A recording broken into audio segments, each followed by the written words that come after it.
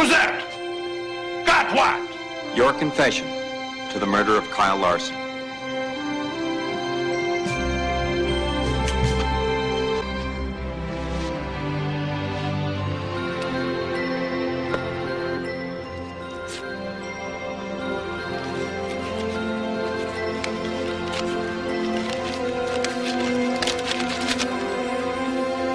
Think of it as a surprise party. And you're the guest of honor. Yogi. All right, welcome to the show that's far more powerful than the PlayStation 4. This is John Rambo Presents the show. My name is John, and tonight we are honored to be joined by a star of both stage and screen. He's appeared in Macgyver, Star Trek, World of Warcraft, Diablo. He's still the best Lincoln in the business today. And more importantly, he's the best guest we've ever had on this program. My co-host for the evening, Mr. Ed Trotta, is here. Ed. Yes. How are you doing, sir? What an intro. Thank you so much, John. The best Lincoln still going? Jeez. The best Lincoln still going, sir. Man, okay. I am flattered, I'm honored, and I'm glad to be here. I actually screwed up there. We were all worried about getting you set up with everything, and I screwed up. I didn't have my webcam turned on, and I just put it on now, so here I am. Everyone can see me now. People can see you now. All right. Well, You can see both of us. I can't. Well, don't worry. I have all my clothes on. Everything's where it's supposed to be. Don't worry about it, okay? Okay. All right. I'm not missing anything, huh? Yeah. No, you know, it's all good. It's all good. Okay. So, Ed, how are you, sir? Oh, I'm good. It's chilly for L.A. today. It was 30 degrees at Manhattan Beach. Wow. Okay. It's like we're thinking it's about the same here. Well, you're in Westchester, so Yes. yeah, it's expected to be cold there. Yeah. How's your blizzard? Oh, it was tremendous. We talked about it on here. I got about 2 feet. We definitely got a lot more snow this year than last year. Well, I missed that. Yeah? I'm a native Easterner, you know, a native New Yorker. You miss opening the door and there's snow up to your knees and you can't walk and then you have to get the shovel out and all that stuff. Well, when you put it that way, it doesn't sound so charming. No, but, you know, during Christmas, you know, you look out and you see palm trees. There's something wrong, you know. Right. I do miss, I miss winter. I miss the seasons, you know, the seasons. It definitely, I feel like it affects your mood a little bit, though. Do you feel like it, you have seasons there, though. It gets a little bit colder, a little bit warmer. Yeah, we have seasons by 10 degrees. Okay, so you don't really feel it too much. Not really, you know, and from 2008 to 2010, I had a job in Bluefield, West Virginia, Wow. which is in the heart of what they call the Four Seasons region, Okay. because they got every season buku. They got a fall that would make your eyes bleed for the colors. They had 2 feet of snow in an hour, not in an hour, in a night in the winter. They had glorious summers and beautiful springs. So, you know, that was a nice dose of getting seasons for a couple of years. So it's a little boring just having the kind of the same weather all year. That's what you're saying. Well, you know, yeah, boring or pleasant. You know, I should count my blessings because everybody Right. I talk to back east says, yeah, you've got it made. Yeah, I think you're in a good position. I wouldn't worry about it too much. Yeah. So Ed, you're actually filling in for OJ today. He's away. He's actually he's actually in LA right now. He's okay, though. He's okay. Yes, he's okay. Okay, good. He's out there. He's in LA in your area. He's doing some stuff out there. He's just going to a wedding or something like that. I don't know. I don't think it's his wedding. I'm not really sure what's happening. But Well, is he going to get in touch with me? I don't know. I'm not sure. He's I could maybe you could set something up. I don't know. I don't mind being an understudy, but, you know, I don't want anyone to get hurt for it. you know? Right. Yeah. I see what you're saying there. So I was thinking about who should I have to co-host this episode. I was thinking about it, and I was like, I kind of came to the decision pretty quickly. I was like, Ed was the best guest we ever had. A lot of the viewers always say you were the best guest we ever had. I don't know what you base that on. You base that on viewer feedback, huh? Viewer feedback on my own personal beliefs in religion. Well, God bless you all. You're a beloved fans, figure out here. If you're listening, if you hear me, you know, I thank you for that. You know, that's what it's all about. It's about fan base. Right. We thank you for joining us. You know, I had a fan club for a little while. Oh yeah. Yeah, and I'm sorry I kind of let it go. I'm sorry I kind of let it die out. I was doing Godspell in Milford, New Jersey, and a gal read a book by Rona Barrett called How to Start a Fan Club. Okay. And she really enjoyed this book and decided she would pick someone to build a fan club on. And I came through with Godspell, and she said, okay, I'm going to start a fan club on Ed Trotta. And she was very professional about it. There was no groupie scene or anything like that. It was all clean. Yeah. It was all by mail. And what I had to do was send a letter of what was going on. And yeah, there were a lot of pictures and the occasional lock of hair and, things. Somebody sent you a lock of hair? I would send a lock of hair. Oh, you sent the lock of hair. Okay. Yeah. I see. I mean, that was like a special request kind of thing. But, the fan club built and grew, and it started to become too expensive for me to provide all of these photos, and I wasn't coming up with enough new things. I kind of just let it fade, but Right. I shouldn't have. Shouldn't have done it. We're going to bring it back. I'm going to do this for you. Yeah. We're going to bring this back for you, maybe. This will be a plan going forward. It's fun to have a fan club. I remember that though back in the old days when they'd have the fan clubs would be like at the end of the TV shows, they would say send in your name and address to this thing, P.O. box in like Minnesota or something.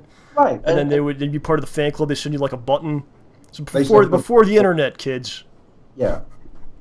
And all it cost them would be like the postage that it would cost, and so it was a very mutual arrangement. It was a lovely thing, and I regret not, doing more to keep that going, keep that alive. Okay. How do you think things would be different if the internet was around like earlier in your career? How do you think that would have affected like your overall career? How do you think it would be changed? Wow, that's interesting. That's an interesting question, John, because even though it's here now, I still don't know what to do with it. I still don't know how to work this thing. Yeah. LinkedIn and Facebook and all of the apps and programs. There's just so much of it. There's so much of it. I'm still only comfortable with emails. Yeah.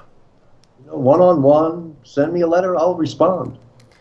It's tough on the internet. There's just so much stuff on it, So I think maybe people look at it and they go, well, if I had the internet, early in my life or whatever, I could have done this and that. But the thing is, there's so many people doing the same things that it all kind of cancels each other out. It's kind of like a lot of white noise out there. It's hard to stand out amongst or get noticed out there. All right. Well said. It's like white noise. The internet has become white noise, and now we got all this hacking problem going on. Right, yeah. I mean, not just personal stuff, but national security stuff, and and the hacking is. I got hacked recently. Really, you got hacked?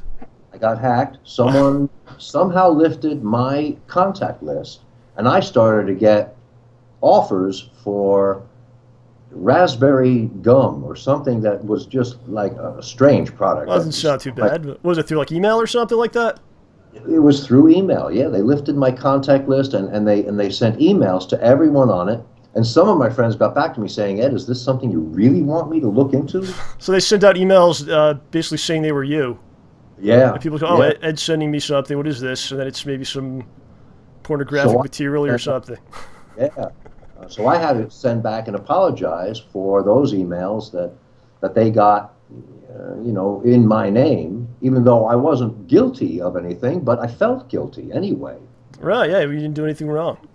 But then you you're in the position where you have to apologize to people for that. And to apologize because you're worried that this started some kind of virus on the computer. That's what you worry about. Right, exactly. Not the errant telemarketing thing, but that this is something malicious. Right.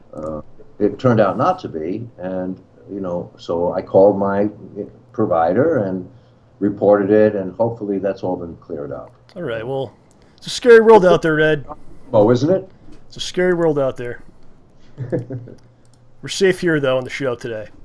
We are safe. This is really John Rambo. This isn't somebody. Well, there's someone else who looks like me. I have a clone out there, which people have seen now and then. But this is actually the real me.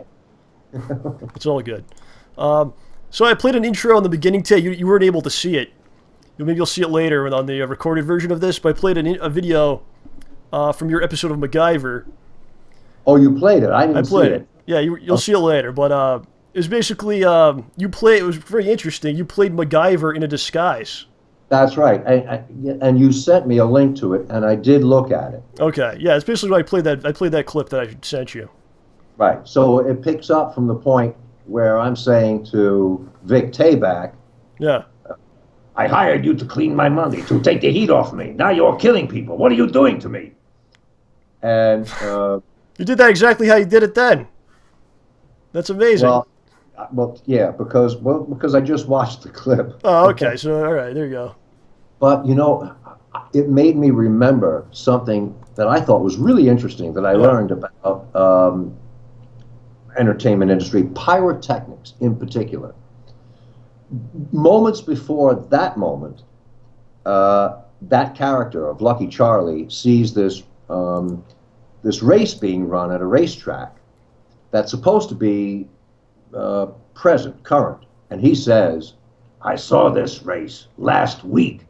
Yeah. that's when he suspects he's being stung. That guy's got a great voice too. Jeez, Oh, yeah. that guy had a great voice.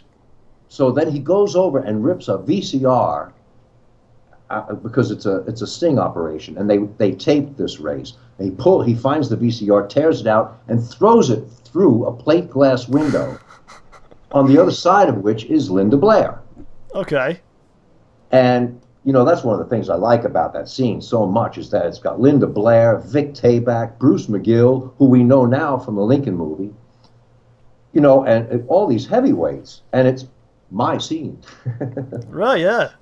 And that was really strange that you actually, instead of having MacGyver put him in a disguise, you actually played him in a disguise instead of having him do it. Right. It's kind of a unique thing. Well, that's why the funny story about, my father watching the show, then sees the moment where I peel off my face, and he says, "Hey, you mean that wasn't you all along?"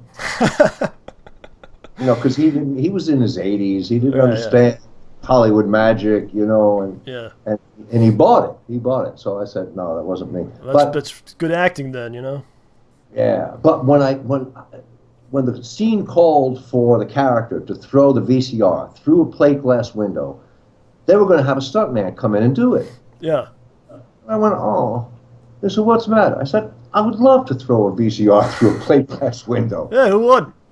Who wouldn't? Who wouldn't Exactly. want to do that every I day? said, "Okay, well, if you think you can, we can practice." And so they let me throw a VCR against a mattress a couple of times just to see that I could do it, because I had one arm in a sling. Okay. Just to see if I could do it. And then, "Okay, you could do it." But what was interesting is that you think that the VCR going through the plate glass window is what breaks the plate glass window. But it's not. Because they don't want to take a chance on how that window is going to break. Yeah.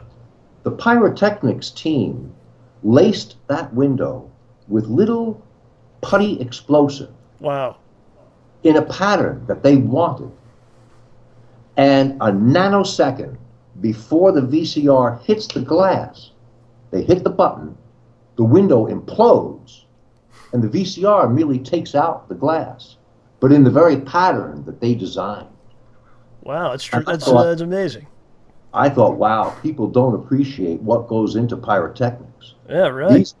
These guys are masters. They're experts. And that's what a 10-second scene maybe where it goes through 5 seconds, and it took At the moment. planning, At the moment. get all the supplies, build it. Right. That's Well, MacGyver, the MacGyver episodes went for like 1.75 million per episode. Really was that much, huh? Okay. Yeah.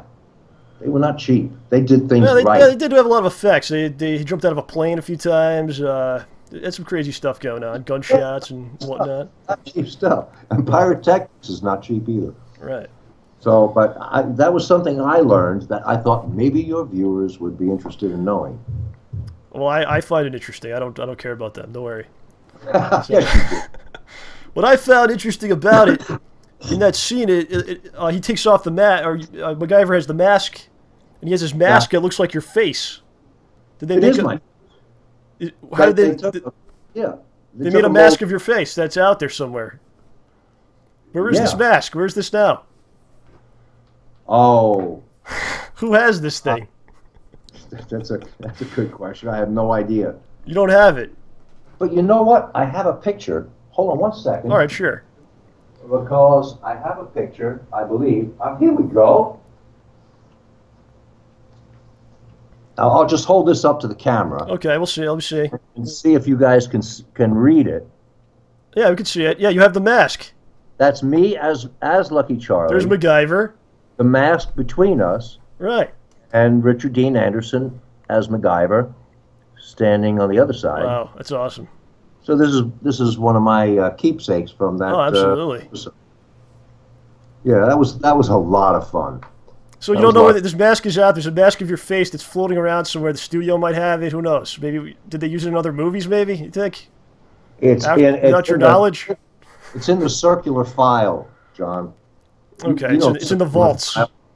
Huh? It's in the Macgyver vaults. No, the circular file is this. This is the circular file. You think they trashed it, huh? Oh, sure. Because I want to say this. If anyone out there knows where we could obtain this mask, I want this mask for Ed. You want that mask for me? I want to get it for you. So we're gonna try to track this down. This is gonna be our new mission for everyone out there listening. That reminds me of a favorite piece of costuming, and this was for the first job I did as Lincoln. It was a Cartoon Network ad, and they gave me the boots that Boris Karloff wore as the monster in Frankenstein. Okay. 1936, 5, 6. I wore Boris Karloff's boots to give me the extra 2 inches to be Lincoln's height. When I put those boots on from Central Costuming, I thought, do they know what a valuable thing they have? They're just renting these boots out. Yeah. You know? That's weird that they told you too.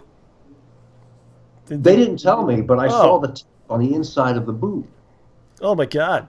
It was still in there. It was taped and brown and yellow, taped to the rim of the boot. B. Karloff, 35 monster. You know. That must have been pretty surprising. You're like, well, wow. Yeah.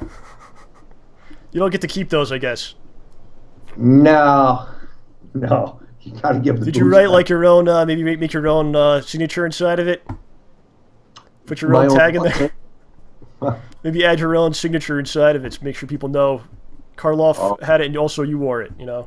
That would have been smart, but it's amazing what you get from the costume shops. We once got a jacket that was worn by Yul Brynner in The King and I. Wow. And it was a piece of costuming that we rented for a version of A Clockwork Orange that we did at the Company of Angels in '95. Huh. Is that pretty commonplace that a lot of this stuff gets used again? A lot of these props gets used multiple times after, you know? Sure.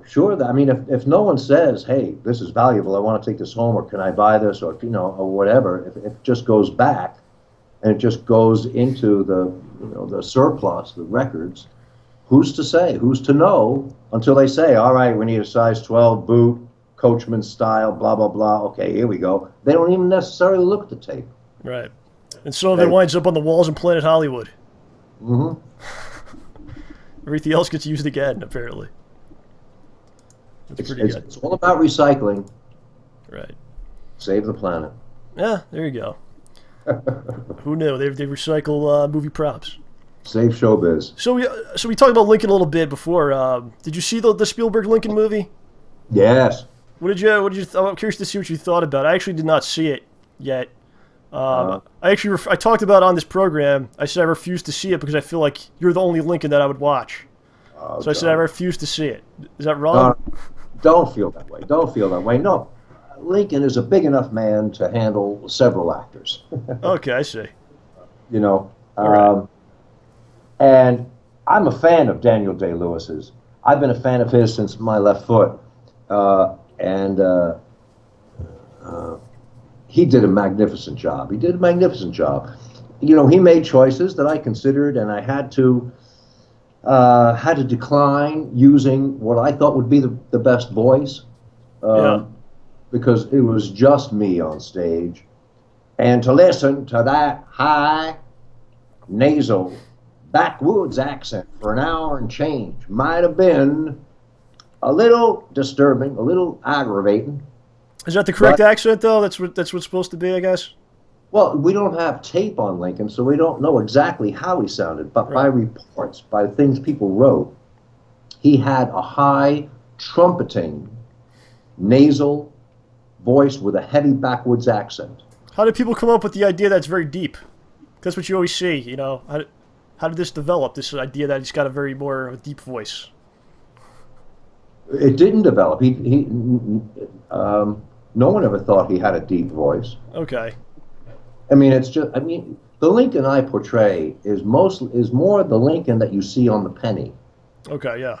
I look more like the penny than I do like the real Lincoln. The penny doesn't really look very much like Lincoln.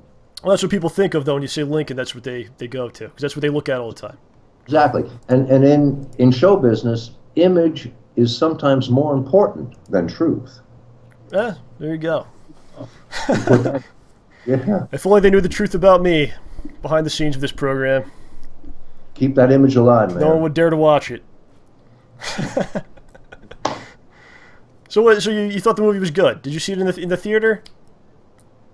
No, I saw it at home. They sent me a screener, what they call, because that was nice. I'm a member of the Academy, so everybody sent.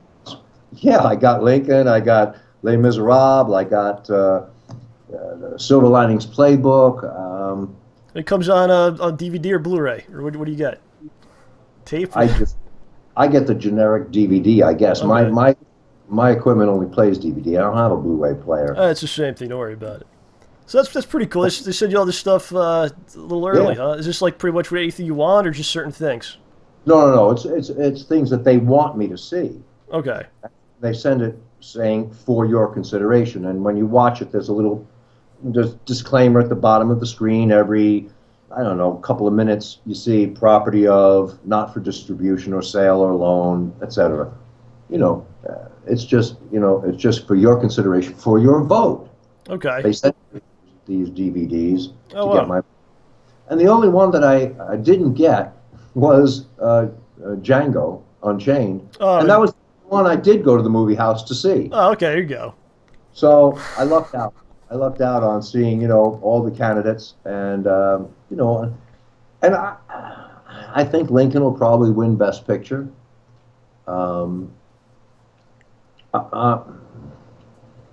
Argo was kicking butt for a while there. I didn't see that. I mean, I'm looking to see Argo soon, and also Lincoln. Now that you've inspired me to see Lincoln now. You said it was okay, so I'm going to check it out. Oh, yeah. I mean, I applaud them sticking with a really tight political issue, the passing of the 13th Amendment. They stayed with that. And that's, politics can be kind of dry. Yeah. But they made it compelling. They made it intriguing. They kept it interesting.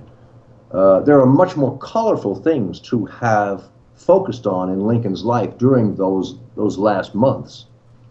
But they stayed with the issue, and I applaud them for that. And the production value. I mean, I want to say, give me $120 million, a cast that, and production values like that, and I'll give you a Lincoln to beat the band. Yeah. I mean, I give you a Lincoln to beat the band anyway. But, exactly. There you go. But not to take away from anything that production provided us, Argo was kicking butt in the Best Picture category, but it was mostly because it was Associated Press. Yeah. The Golden Globes, and they are internationally oriented. So, Argo taking place in various countries with a lot of different ethnicities. It was a popular kind of global property. Mm-hmm. So I think that's why it did so well. Frankly, my personal favorite is Silver Linings Playbook, because it's a people movie, and I thought it was the most engaging. I thought it was the most identifiable. It wasn't just passive entertainment. It was something that drew you in, that really connected you to characters that you cared about. You really cared about. Not that I didn't care about Lincoln or Mary Todd or any other characters in that or Argo, but Silver Linings Playbook was my cup of tea. It's just my kind of. It's a little bit of a smaller story, I guess. It's not as not as huge scale as some of the other ones, maybe. Yeah, it's kind like of relate to it more. It's a smaller story. It's a tighter story. It's more personable, and it's about people, and so it doesn't get quite the scope of attention. You know, the Academy Awards, the Oscars like to get on a bandwagon. And get behind a winner so that they can come out with something epic and historic, like winner of 12 Academy Awards, you know, like Ben-Hur or West Side Story, you know. Right. Let's get behind one big winner and come up with something that's historic and unforgettable.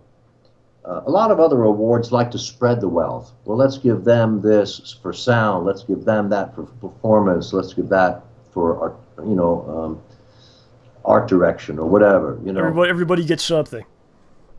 They try to spread the wealth and give somebody something, but I think the Oscars like to get on the bandwagon of a winner so they can come up with something historic. And I think Lincoln will probably be that this year, and not undeservedly. You know, I have my personal favorites, but that's subjective stuff. Right. Yeah, it's all opinion at the end of the day. Exactly. Django, you said you saw Django. What did you think about that movie? Django was, not my favorite. Are you a fan of the Tarantino movies? I love Tarantino. I love Pulp Fiction. I love the, Kill Bill series. And Django Unchained was just a little. What I like him for most is the unpredictability. Yeah. Tarantino does not go formula, and I love that about him. I love that about him. You think that something is going to be the A plot for the whole movie, and then suddenly they kill the two guys. That plot is over, and you say, well, where are we going from here? Okay, yeah. I'm with you. Life's, a journey. So like a roller coaster ride. Yeah, it's a roller coaster ride. His movies are a journey. You don't know what's coming, and I love that about Tarantino.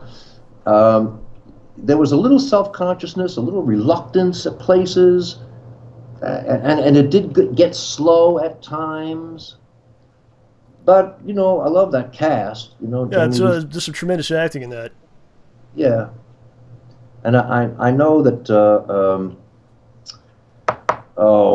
What's his name? Leonardo DiCaprio, Jamie Foxx. Thank you, Leonardo DiCaprio.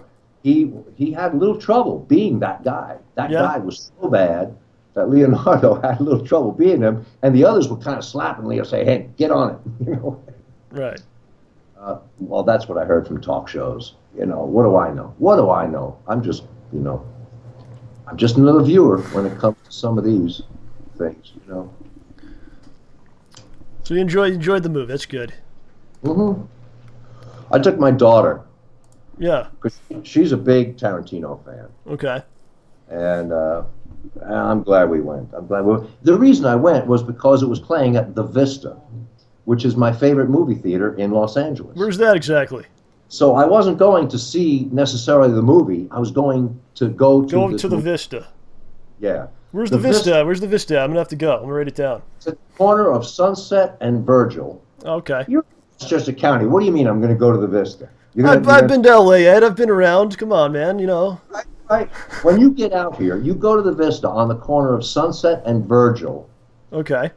It is one of the old-time neighborhood theaters that still has just one screen. It has a concession stand that still has your favorite juicy fruits and milk duds and popcorn at reasonable prices. And if you see the first show, it's like $4 or $5. Wow. Not 10 or 12.50. Like they're charging these days. Yeah. It's a wonderful place, and it's a beautiful room. Egyptian style, with stars on the ceiling and a big curtain. Yeah, I was in LA last summer. I didn't know what I was doing. I went to like Chinese theater and a lot of the the more touristy stuff. I don't know, but Grauman's Chinese. Well, yeah, I went down there. Well, you got to go to The Grauman's Vista. Chinese, All right. of course. Yeah, but the Vista. Write that down as the movie theater of choice. Okay. Let me ask you a kind of a weird question. I don't know. As an actor, when you're watching a movie, what are some things that maybe you could pick out that the average person doesn't see? Like you see things maybe that other people don't see. Is that true? I think so. Unfortunately or fortunately, I don't know. I think that I'm a really good audience, and not a jaded or cynical audience. I think, for the most part, it gives me more of an appreciation for what is being done than a cynicism or a critical eye for what is being done. So that's why I think I'm a good audience. Okay. So you're not trying to tear it down. You're trying to look at the good In things. the balance. Yeah, I mean, yeah, I say, I can see, that character anticipated that line. She or he started to react before the line was over, and you need to. Well, there's a basic acting lesson. I see the bear. I am afraid. I run.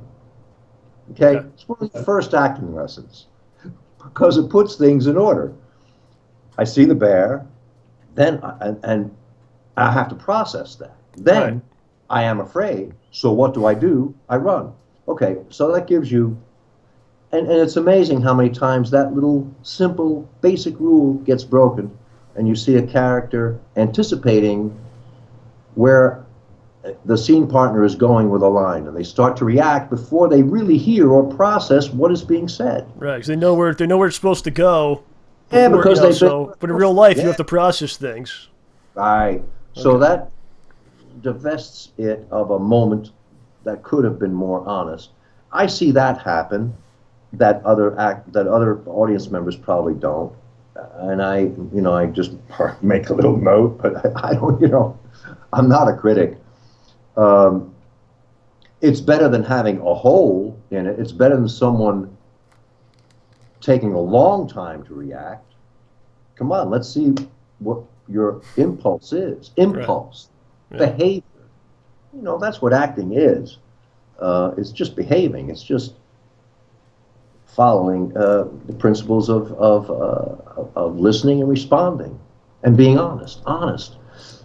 When you start out as an actor, your job is basically being other people. When you get into the business for a while, you discover that your job is really to be yourself. You're going to have to explain that one to me, Ed. I'm going to have to explain that to you. You have to explain that one to me. I don't get it. Well, the character is written in black and white in the script. And so, as when you're starting out, you're trying to be other people. You read the whole script and you spine it for all the adjectives that the character says about himself and all the adjectives that others say about him. It's a great lesson to be learned in that exercise. You may do a character leap and describe the character head to toe, because even if you don't look exactly that way, some of the attributes could impact the way you feel, the way you walk, the way you connect to the earth. The first thing I want as an actor is my shoes. I want the shoes I'm going to wear. And if there's going to be a hat, give me the hat. Hat and shoes, very important to actors. That's how it starts, being someone else. Now, when you start learning more about what acting's really about, and you learn about Stanislavski and the method approach and associative thinking and the as if and all of that stuff starts to overwhelm you, you realize my task as an actor is not to be someone else, it's to be myself, it's to tap on the truth of who I am and what I have honestly experienced to bring to this material. Because the material is in black and white on the page. Don't worry about the other. Worry about the truth. Wow. ever thought about writing a book of some sort, Ed? About this stuff? Of course, John. Yeah, I've thought about teaching. Okay. Well, I do on occasion. I do teach. I have taught, and I teach whenever I direct. And I have a school of thought that I call the Snowflake School of Acting. The Snowflake School of Acting. Just in a nutshell. Do you remember the first time you heard that no two snowflakes were identical? Do I know when I heard this? Do you remember that moment when you heard that no two snowflakes are identical? I remember hearing it. I don't know exactly the first time. Okay. Well, yeah, but did you believe it? Probably not. It's hard to believe. It's hard to believe. I remember when I was told that no two snowflakes are identical. I was building a snow fort. Okay, and someone told you this. You said you're a liar. And the snow was still falling out of the sky. There were billions of snowflakes. And my Uncle Maurice came by and he said, Eddie, no two snowflakes are identical. And he walked into the house. I looked at my friend, Alfred Orphy, that I was building the snow fort with. We both went, whoa. No way, man, no way. But clearly this is a scientific kind of observation. This is not a, and you go through your head with, well, how do they figure that out? Do they have guys with little black gloves running around going, no, yeah, oh, no, not quite, nah, no, it doesn't work that way. And that's how I think of actors. No two are identical. And no two schools of thought, no combination, no single school of thought is going to provide an actor with his be-all, end-all approach. Every actor is going to take what resonates with them from everything they learn, everyone they work with, everyone they learn from, every book they read, every show they watch, every actor they emulate. They borrow, they steal, and little by little, they build their approach, their method. Stanislavski was all about that. Well, that's what the method school of acting is. That's what America had to contribute to the whole craft of acting, was the method. And it started in Russia with Stanislavski seeing a guy play Othello who was so moving that he said, how did you come up with that? And this was an Italian acting troupe, and there's no record of the conversation, but I imagine that guy playing Othello said, well, I think about my wife, and when she had an affair with another man, I want a ring on her neck. And there you have Othello. And it was born of this guy's genuine memory. Because until that point, every actor basically worked by emulating other actors instead of doing it the way that they know, doing it themselves. From their own doing life. it the way that they can do it the best. Exactly. Wow. Exactly. So, that probably applies to a lot of things in life, right? Not just acting, I would think, right? Yeah. I'm sorry, but you ought to change the subject, John, because yeah, I could go on and on about what I know about acting or That's what really good stuff. I mean, that's over my head, but I think you should definitely get this out there. It's good information for people. It's gold right there, Ed. It's gold. It's gold. Oh, well, for all the good it's done me. I'm a meat and potatoes actor. My reputation is for versatility and integrity. That's good. Thanks. That's what I'm known for, according to my agent. Some actors are known for coke use and prostitutes. So I think you're doing better. A lot of people. Thank you. Speaking of that, I was looking at your IMDb page, which has got all your different stuff you've done. Why? Why were you looking at IMDb? Why? You don't like it? I don't. I'm not a fan of IMDb. All right, tell us why. Because they just do their own thing. They will define your career with or without your participation. Who exactly are they? Who are these people? Who are they? I don't know. All I know is that when I went to them and said, look, there's this one credit that I'm not particularly proud of. I'd like to have it removed. They said, no. Wow. Well, wait a minute. This is my profile, my resume you're putting on there. Can't I have something removed? I mean, I'm not asking for something to be added that isn't true. I'm just asking, no. Because they take pride in knowing everything you did. But here's the problem I really have with them is that they put on there what they consider your significant credits. Right. And, I kind of bailed on the whole episodic career for years because I was doing Lincoln or because I was doing theater.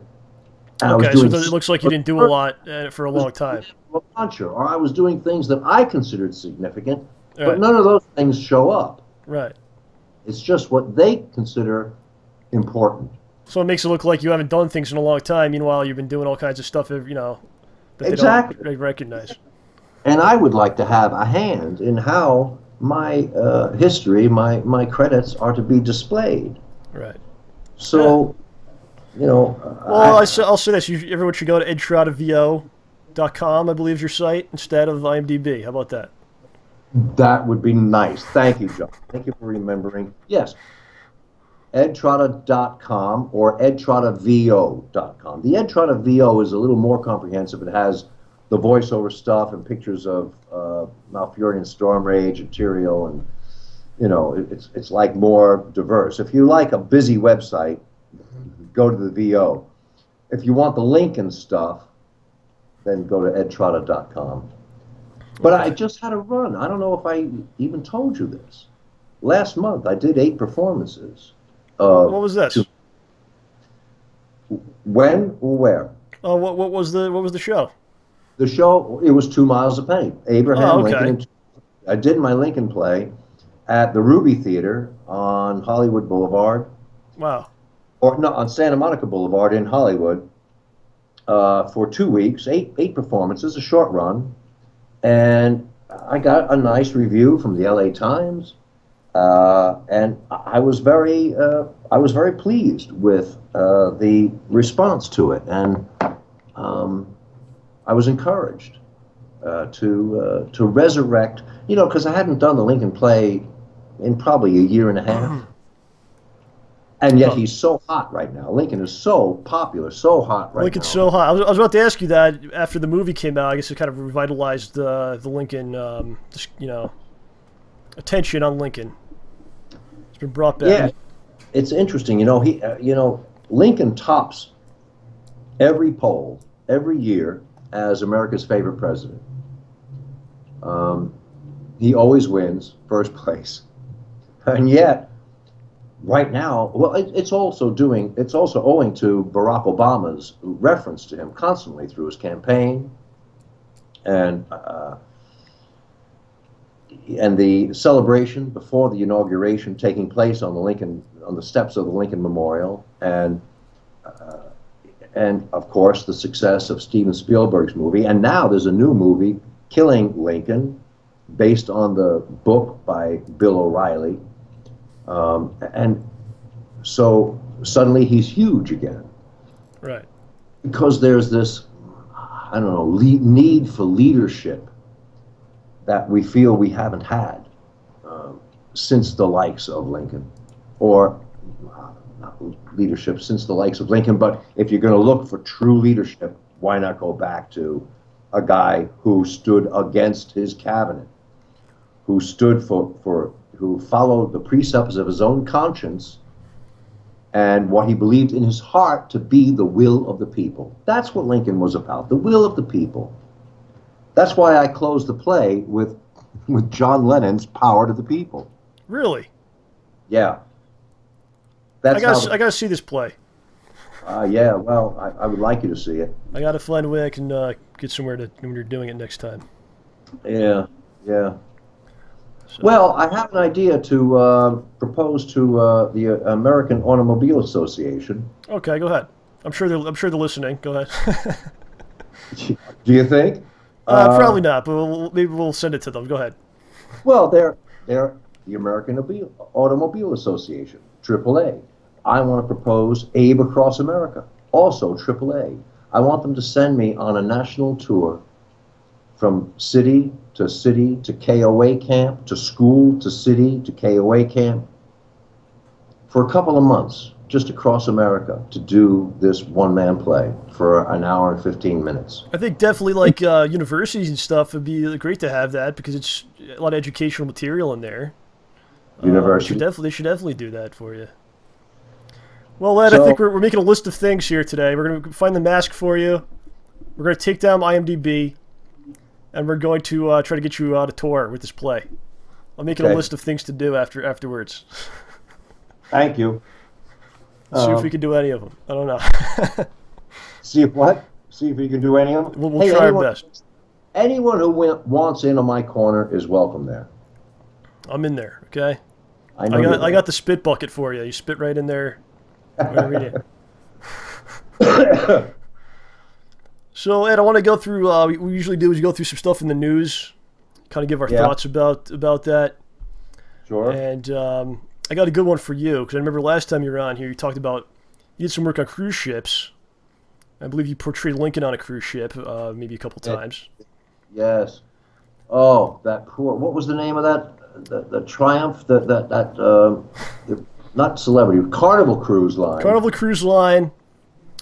It departed from Texas and going to Mexico. What was the name of the ship? I don't know. I don't have that information. I'm sorry.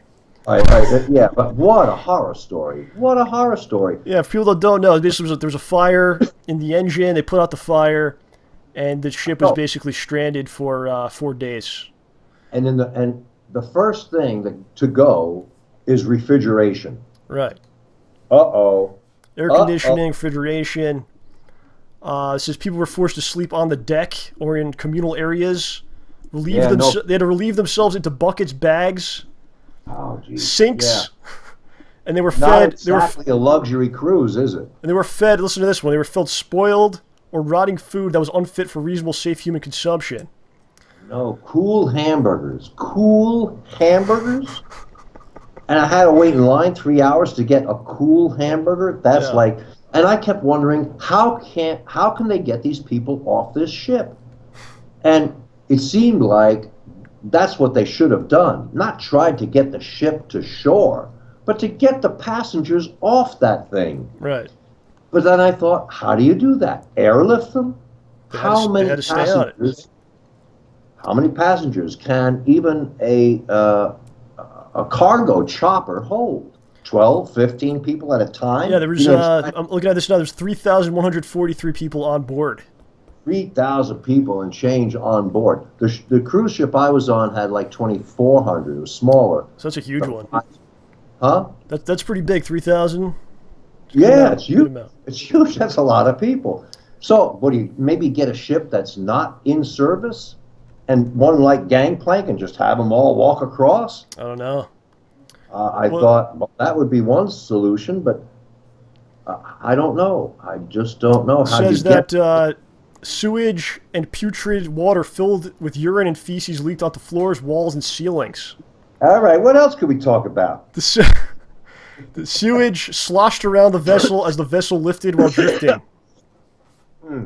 So, they're going to... that was before it went out. Oh, really? Wow. That's when they first got on it. That's when they departed. Oh boy! It says they're going to reimburse the passengers for all shipboard purchases during the voyage and for the actual voyage. They will not refund gift shop purchases, art purchases, and casino charges. So if you bought anything at the gift shop, you will not be reimbursed for that. That's yours. That's yours to keep. Thank you very much. That's on you. You got to pay for that. Yeah. So. Yeah. All right. Yeah. How do you compensate people for that? I mean, I don't know what you... I guess there's a class action suit now. Because people were not satisfied with... The countersuit, of course, is from the passengers saying, do you know what you put us through? Yeah. I don't want to go there. I'm not a legal representative. I've never been on a cruise, Ed. Do you like the cruises you were on? Is that fun? I just did the one, actually. Okay. I did the one, and I found myself doing Lincoln in lounges with a microphone, and I thought, you know what, I got to pass on this for a while. Yeah. I enjoyed it because I was able to take my daughter to Bermuda. Okay, there you go. That's fun. On a sweetheart deal. We went for free. First class passage for two, and all I had to do was to play 4 times in a week. Right. 45-minute chunks in a week. It was a lot of downtime. It was a lot of good eating, a lot of nice swimming, and going to Bermuda. Is it a fun time on the cruise, though? Because the way I never went on one, because the way I look at it as like it's basically like a big hotel. That's like a really nice hotel that you go inside of and you can't leave for like 4 days. Is that accurate? Or am I just being negative here? No, it's like a huge hotel. It's a huge hotel. You cannot leave. It's like 7 stories high. Okay. It's like a building on the sea. It's not like it's not like a fancy hotel room. It's like an apartment building at sea, and you have access to all the rooms, all the casinos, all the restaurants, all the pools, the driving range, the courts, it's opulence, and the main thing is the food. They feed you. There is food available 24/7. You can call at 3 a.m. and have room service bring you veal piccata. Really? They'll make veal in the middle of the night. Veal in the middle of the night. Hello, I'm there. It's all about the food. Right. The food. So when the refrigeration went out, I thought, all right, those guys are SOL. Yeah. So that's kind of a bad situation. I don't know if I'm going to be on any kind of cruises anytime soon, but, maybe some people are into that kind of thing. I don't know. So another story I got here. I don't know if you heard about this one. Iran, the country Iran. Uh-oh. They made they made these pictures. They put out these pictures out there of their new fighter jets, and they were trying to like impress everyone with these great jets that they have. Yeah. And it turns out that they're actually just photoshopped images. People found this out later on. They photoshopped a bunch of jets that were on the ground. They put them in the air. They manipulated the photos to look like they were more impressive than they were, basically. So it was all editing, and it was all movie magic, basically. So. Okay. This is all news to me, John. You're taking surprise on this. So I was thinking about this, and it's like, they're trying to show that they're really powerful, and they're going out of their way. They're basically lying, photoshopping things.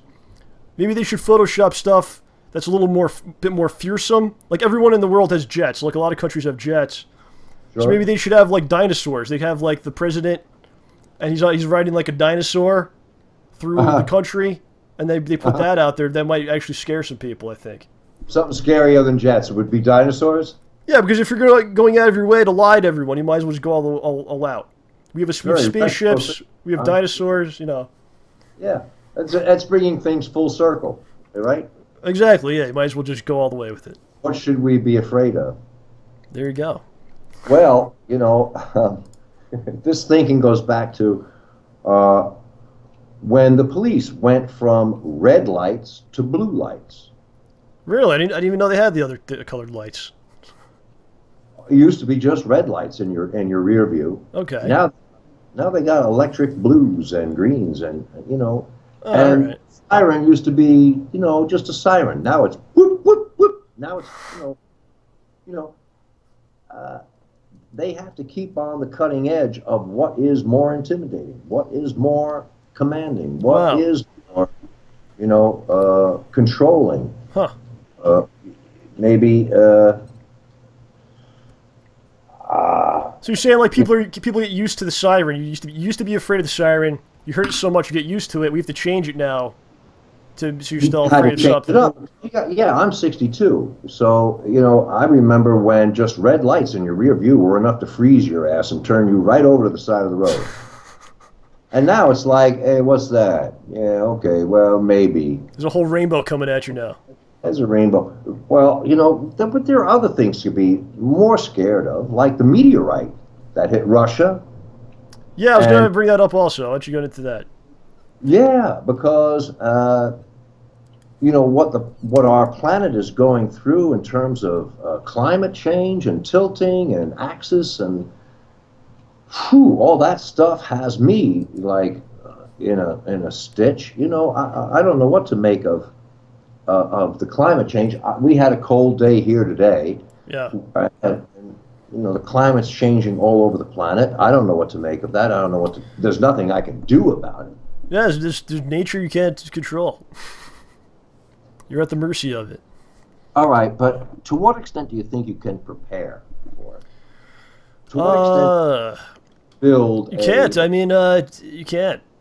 I mean, we've had storms over this direction over the last 2 years that things I've never seen before, like multiple hurricanes and things, and we've had a hurricane every year, which we never did before. As soon as the power goes out, it's basically you're done. No one knows what to do. As soon as the electricity goes out, no one knows what to do. They're all just in some places. That's true. Yeah. As soon as the power goes out. See, I used to be a camper. When my daughter was young, we went camping, 3 or 4 times a year, either to the woods or to the beach or the mountains or the redwoods or whatever. And then at a point, she got to be too old to be interested in camping. She was about 13, 14. Right. And she's no princess, but she stopped being interested in camping, and I sold all the camping equipment. And ever since then, I felt a little vulnerable. Yeah. Because I thought, as long as I had my camping equipment, I had a tent, I had a sleeping bag, I had a stove with gas power, I had a lantern with gas power, I had a hunting knife, I had a rocking chair. I had a rocking chair in a duffel bag. That's when I stopped buying camping equipment. I thought, okay, that's gone too far. You've crossed the line. Yeah, now we're crossing the line about comfort zone. Yeah. Big cooler, and I thought as long as I had my camping equipment, I could survive some kind of natural catastrophe. But ever since selling that whole campsite, I felt a little more vulnerable. Yeah. I don't know. Now we've also got, the Second Amendment under fire. Not to create a pun with the right to own arms and gun control being an issue because of all of the people snapping. Right. That worries me even more than the media rights. Yeah. The people snapping or the laws changing? No, the people snapping. Oh yeah, that's definitely frightening. People watching a little too much. People sitting in their basement watching a little too much, or playing a little too much video. Yeah, you think that's it? How many people can I kill?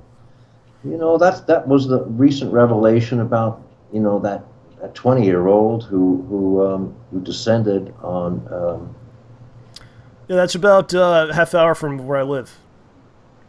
It is. That's right. You're in Westchester. Yeah, and apparently that kid was emulating a guy from Norway who, like a year or two ago, took out 70 odd people. Yeah. And he was trying to match that. That kind of information really, I don't know what, gives me an ulcer. Well, it's scary because it's you have to go out in the world, you have to interact with people, you have no choice. And right. a lot of them are out of their minds. So it's yeah, it's a tough situation. These people are out there driving around. They're operating machinery.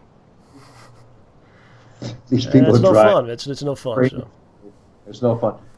Yogi, come here, Yogi. I'm calling my dog. Let's see him. Yeah, come here, Yogi. I got a treat for you. Come here, Yogi. Where are you?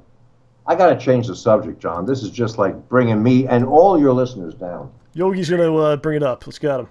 Where's Yogi? Come on, boy. Come on. Boy, he must be asleep. Oh, yeah? Is this too early for that? Or? No, I mean, he's usually glad to be summoned. You got to feed him, Ed. Come on, man. Come on, Yogi. Oh, jeez. I don't know. Here he is. Here he comes. Come here. Come here. There you go. Come here. Here we go. Here we go. Come here. Come here. Come here. Come here. I want you to come up here. I want you to say hello to John and all his friends. There we go. Oh, he's great. It's like Lassie. Look at him. Well, you know who I think he looks like? I think he looks like the Tramp from Lady and the Tramp. Ah, he does. He's beautiful. You know? And he has his own, he does his own impressions. What does he do? Here's Yogi the Harbor Seal. Here's Yogi the Malamute. Okay. Here's Yogi the Killer Dog. He's an actor as well. Look at that. He's just a good guy. He's just a good guy. And here's great. a treat for you, Yogi, for finally coming out from under the bed. He's making his debut. Making his look back once more at the say goodbye to everyone, Yogi. Say goodbye. Wave goodbye. Wave goodbye. Goodbye, everybody. Ah, he's great. He's gonna get a role on some sitcoms, The Family Dog. I just had to do something because, God, John, you know what the world was coming to was just getting me down, and I you know, who wants to listen to this?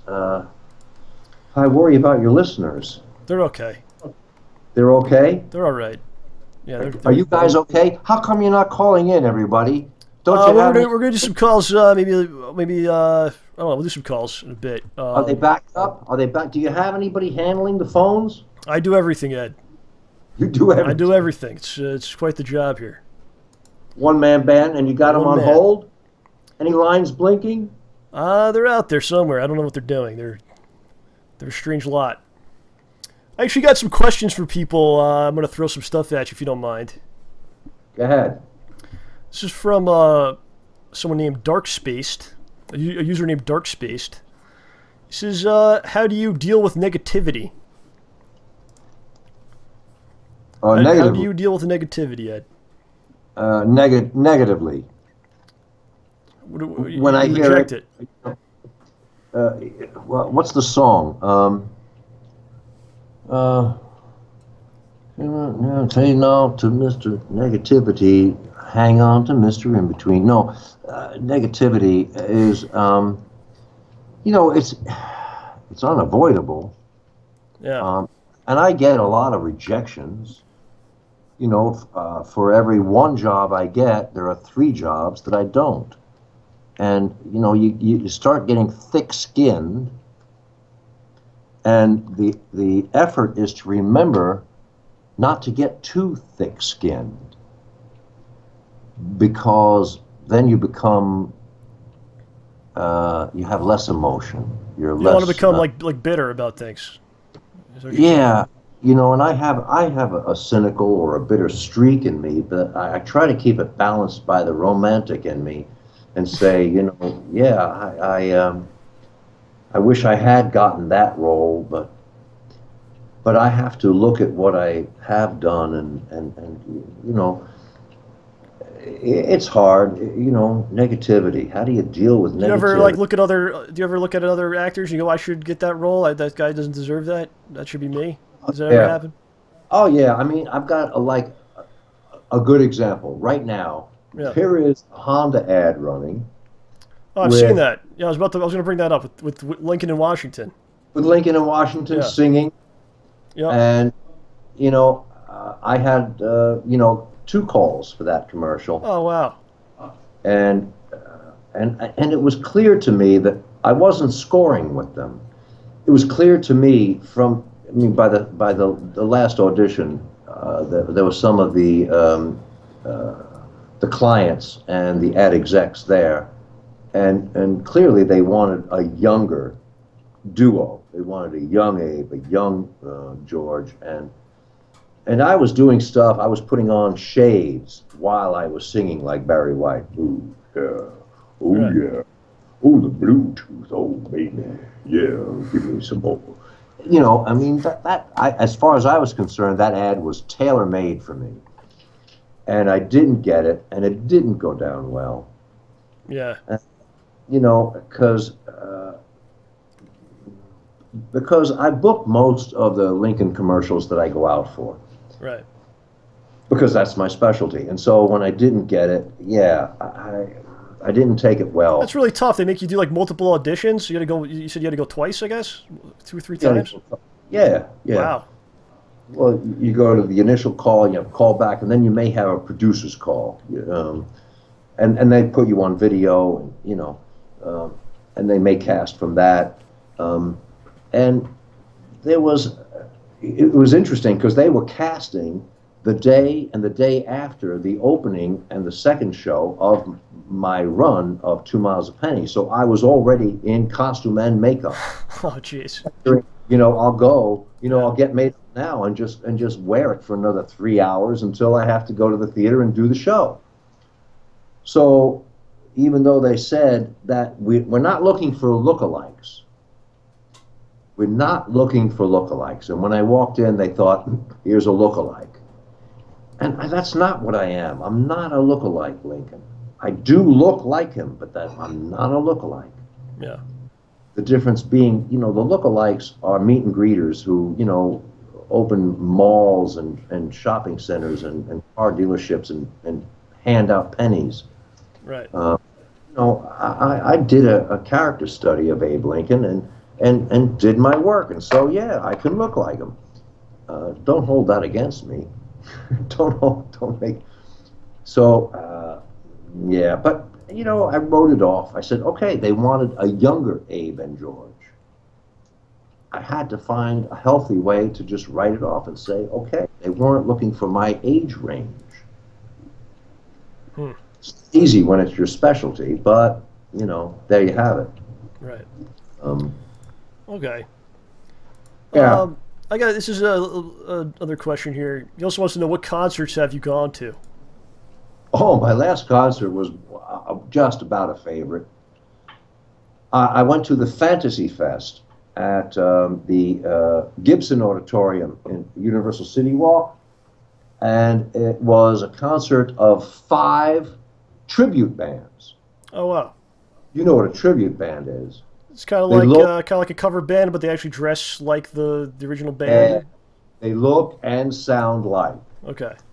And I bought 4 seats near the back of the house because I thought, if I sit that far away, I might be able to really, suspend my imagination, believe I'm really seeing the Beatles, the Stones, the Doors, Neil Diamond, and Michael Jackson. Well, that was a wonderful concert. I had a great time at that. And the only disappointment was the guy doing Mick Jagger. And I'm sorry. Why is that? I'm sorry if he's listening because it's really hard to do Mick Jagger. Hell, it's hard to do Michael Jackson. It's hard to do Jim Morrison. It's hard to do Paul McCartney and John Lennon. But the guy doing Mick Jagger, he wasn't flamboyant enough. Jagger, there's different eras. Maybe he was trying to do the later version where he's not jumping around as much. I don't know. I don't know. These guys have been around so long. I mean, it's Yeah, and I'm sorry if he's listening, but I doubt he is. Don't worry about it. It was a great. What is your listenership, by the way? I mean, if AAA isn't listening and Mick Jagger isn't listening, who is? John? That's what I want to know. We'll have to you want to take some calls? We'll take some calls. Let's open up some calls as well. Oh, please. If you'd like to call in, you guys know the drill. You go on Skype, JRP the show on Skype, and talk to Ed, talk to me, ask some questions. We got the great Ed Trotta here, a man of much wisdom. You ask him all kinds of things. So, let's see who we got. A man of great wisdom. A man of great wisdom. I'll never live up to that. All right, that. this dude's been on before. He's actually an actor. He's I believe he's in high school, so we'll have him on. He can talk to you. Oh, okay, great. Let's see if this works. Moonsbro. Moonsbro? Yes. Okay. All right. Hello, can you hear me? Hey, yeah, Moonsbro. Is that you? Yes. So, so I am an actor. I want to, that's what I want as my career. And I was just wondering, do you have any advice of getting into industry level acting and just how to really get started as a career?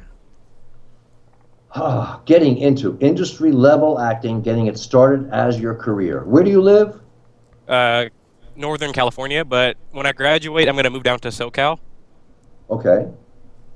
All right. Well, here's what I recommend blossoming actors is one of the first things you should do is join a theater company. Yeah. Get in with a company like Sacred Fools, Company of Angels. North Hollywood has there's a lot of theater companies. You can just Google theater companies and join one, and most of them will cost between $25 to $40 a month to be a member of. But it is the best experience. It is the best learning. If you do that, you do not have to take classes from somebody who is purporting to, be a connection to the industry. That's nonsense. Have you studied acting? Yeah, I've taken some acting lessons, and I've been in a couple of musicals, and I've done some indie films. Some indie films? Okay. Yeah. And you have some footage on yourself? Yeah. Excellent. That puts you ahead of where I was when I moved to LA, because I didn't have any footage on myself. I'd spent 20 years just doing stage work, and all I had were 8x10s and resume credits. And so I had to do scenes in agents' offices. But if you've got footage on yourself, that's better. But if you join a theater company, you'll find a support system, a support team, and you'll find interaction and networking and all the things that really generate the energy that generates the energy that gets you out there. All right, awesome. That's the first thing to do is join a theater company and get good representation. Don't settle for whoever's interested in you. Look up what they specialize in and get commercial representation, theatrical representation, voiceover representation, whatever specialties, whatever you're good at, get someone good in that field. Whatever your forte is, get someone good in that aspect as your meal ticket, because who you know really is what it's about. It's not about what you know. It really is who you know. Wow. Wow, okay. Gotta meet some people, Moons, bro. Okay? Well, I actually know a couple some people want to become directors, up and coming directors. So I have some connections. All right, on, man. Good. Tap on them. Lean on them. Moons, bro, take care of business. Get this done. Get that Oscar. I'll hook you up with I'll thank you in my Oscar awards, John. And Ed as well. Oh, of course, Ed. Okay. All right, dude. We'll talk to you later. All right, thanks. All right, bye-bye. Oh, that was cool. That was sweet. That was innocent. That was naive. That was, God, That's what we do here, Ed. I feel there's a lot of love here, man. A lot of love. There's a lot of love. My heart goes out to anyone entering this business. What I want to tell them is, don't expect any kind of security, but it's not going to be a boring life. Yeah. Well, let me ask you. You might have a similar response to what you told him. But let's say I was to write a script of some sort. What is my next step in trying to get this made into something? Okay. Should you get an agent? Should you get some investors to give you money to make it? What do you think? Okay. Now, this goes back to one of the things I said in my earlier email about, if there's a subject that I'm interested in talking about, it might be the subject of ideas. Okay. Having an idea, sharing an idea, seeing one come to fruition. Who do you give it to? What do you do with an idea? It's a tough one. What you're asking is a real tough one because I've been struggling with it, since I started writing. It's not an easy one. And the reason it came up is because just about the time that you asked me to do this co-hosting, yeah, I was entertaining a possible connection with a company in Pittsburgh, Pennsylvania, that advertises that for a fee, it can help you package and present your idea for a new TV or movie to the correct producing entities. Well, this sends up flags in a number of directions, because I think, well, you know, if I live in Hollywood, why should I go to Pittsburgh to come back to Hollywood? Yeah. And also, why should I tell someone else about my idea? How do I protect it? Because you cannot, you can't patent an idea. You can't copyright an idea. You can only copyright or patent material. You can only protect intellectual property in terms of material. You can't protect an idea, and that's hard. You know, there was something that happened about 20 years ago, or maybe a little longer, when Coming to America came out. Yes, Eddie Murphy.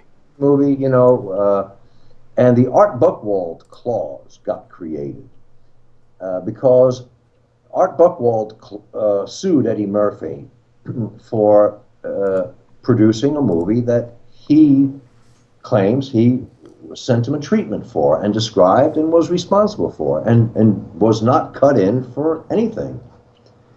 And Art Buchwald won the case. And so the court awarded Art Buchwald something like 30% of any of the profit margin that Coming to America made. Okay. So Eddie Murphy's bookkeeping guys came up with records that showed that the movie made no profit. It's a wonderful town out there, isn't it? Yeah, that's pretty hard. That's pretty hard to believe, isn't it? That I would say so. Made no profit.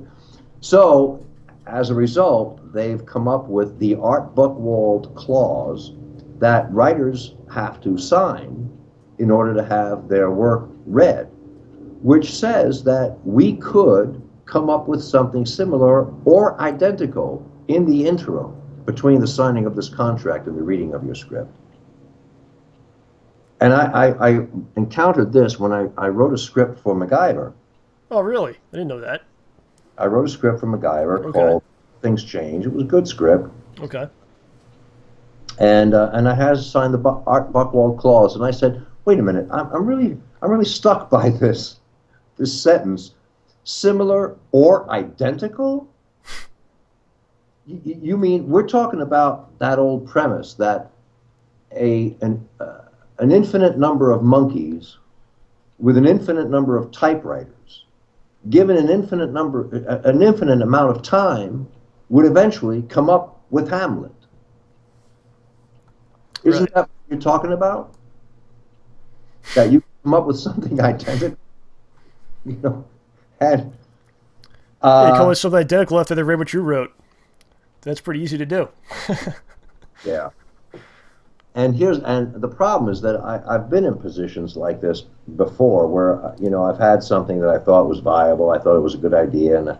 And I've actually had pitch sessions with guys at CBS and you know, and other occasions. I can't mention them because I don't want to, you know, do anything, you know, legally compromising. But I have seen my work on the screen 3 or 4 times in the following 8 months to a year after I have proposed it to someone who said initially, well, I like it very much, and then eventually said, well, I couldn't get any of my producers to salute, so I'm sorry, but that this didn't work out. And then, you know, like I said, 8 or 10 months later, I'd see it on the screen. And think, but there wasn't enough detail to take anyone to court ever, especially having signed the Art Buchwald clause. That's crazy. So, how do you get what you just asked was how, if you have an idea, how do you go about getting it to someone? And that is a real good question, John. I haven't really come up with an answer to it yet.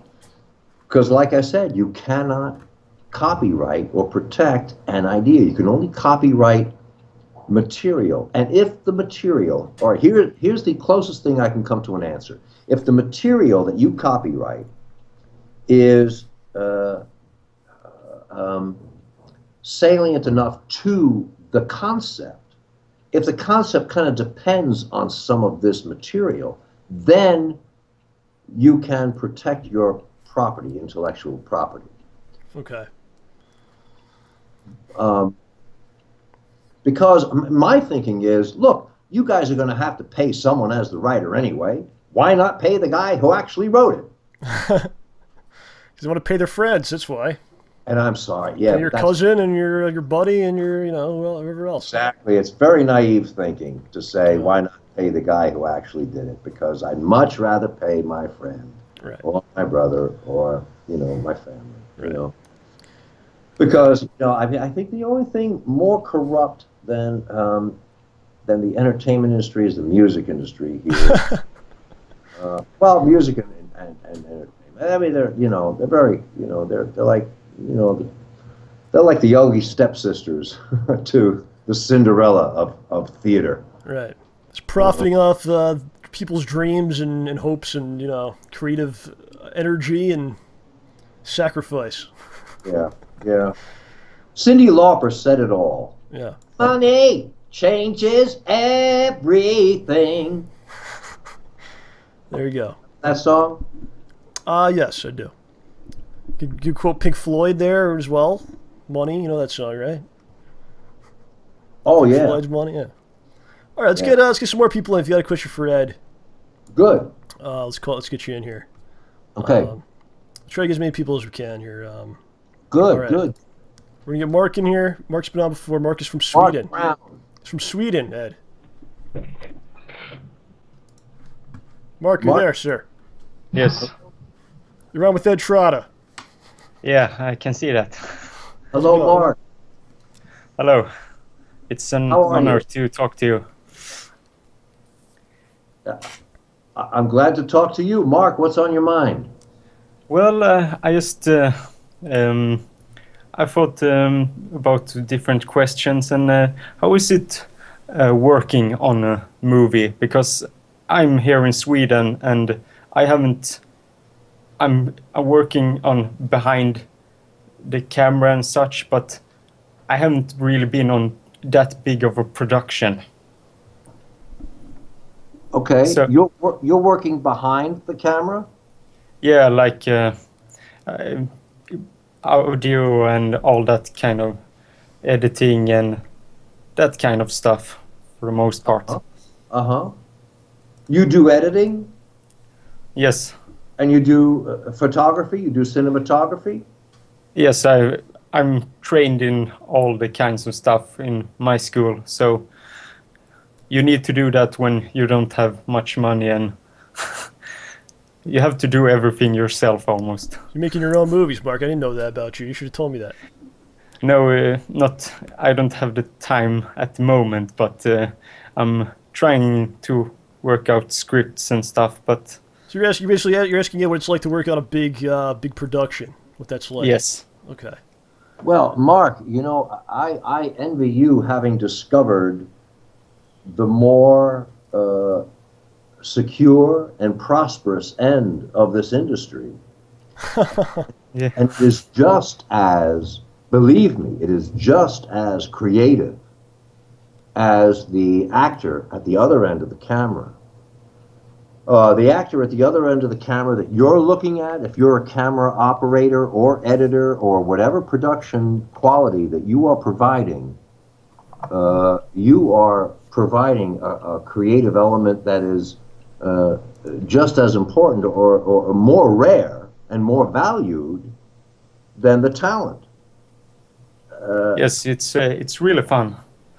Yes, I'm glad you enjoy what you are doing, because I would encourage you to stay with what you are doing and not try to get in front of the camera. Stay behind the camera. I'm not that good of an actor either. Huh? I'm not that good of an actor either, so and you're not that good. It's better being behind the scenes. Yes, and it's a wonderful place to be. You just embrace it. I have a very close friend, a guy I went through college with, who discovered a particular talent, a particular skill he had in strip boarding or script boarding. It is breaking a script down into the various characters, 1, 2, 3 through 30 whatever, and it was such a specific skill and so valued, and yet he still wanted to be an actor. Okay. I kept saying to him, why? Why do you still want to be an actor? You've discovered something more creative, more specialized, more valued than being an actor. But, it's that bug, it's that actor's bug that sinks its teeth into your neck right up to its gums. And once the acting bug strikes you, maybe you can't give it up. But I am here to tell anyone I can that theater or the entertainment industry is a conglomerate art. It is not a dancer, a painter, a singer. It is all of those things. It is all of those things. It is an ensemble effort. And everyone involved is equally valued or equally prized. And it's only stars that break out of that mold. It's only stars that people come to see who have some special ranking. Those of us who just labor in that industry, have to appreciate the contribution that we are making. Jean Ennui, the president of the French theater, he made all of his actors, all of his company members, study every aspect of what goes into a play, because he wanted everyone to be able to at least appreciate what everyone else is doing. Yeah. I think that's beautiful. My teachers at school were always hated the actors because they thought they got too much glory. The actors take all the glory, Ed. Is that true? Yeah, the director should have more. Oh, it's true. Importance. No, yeah, most actors give the rest of us actors a bad name. But we're not all like that, Mark. We're not all like that. No. They're not all bad, Mark. Come on, man. Can't be like that. No, I'm not saying that you're bad. You just have too much glory for what they are worth. For what you do. It's true. No, it's true. You're right. Because it's you and the people behind the camera who enhance what we look like. It's the difference between film and the stage, too. You cannot put an actor on the stage who doesn't know what he's doing, but you can put an actor in front of the camera that doesn't know what he's doing. Who doesn't know what he's doing, and you can edit and enhance and production value his way into a good performance. And that won't happen on stage. Very and that's why that's why I'm a stage actor. Mark, what time is it right now in Sweden? It's 3:30.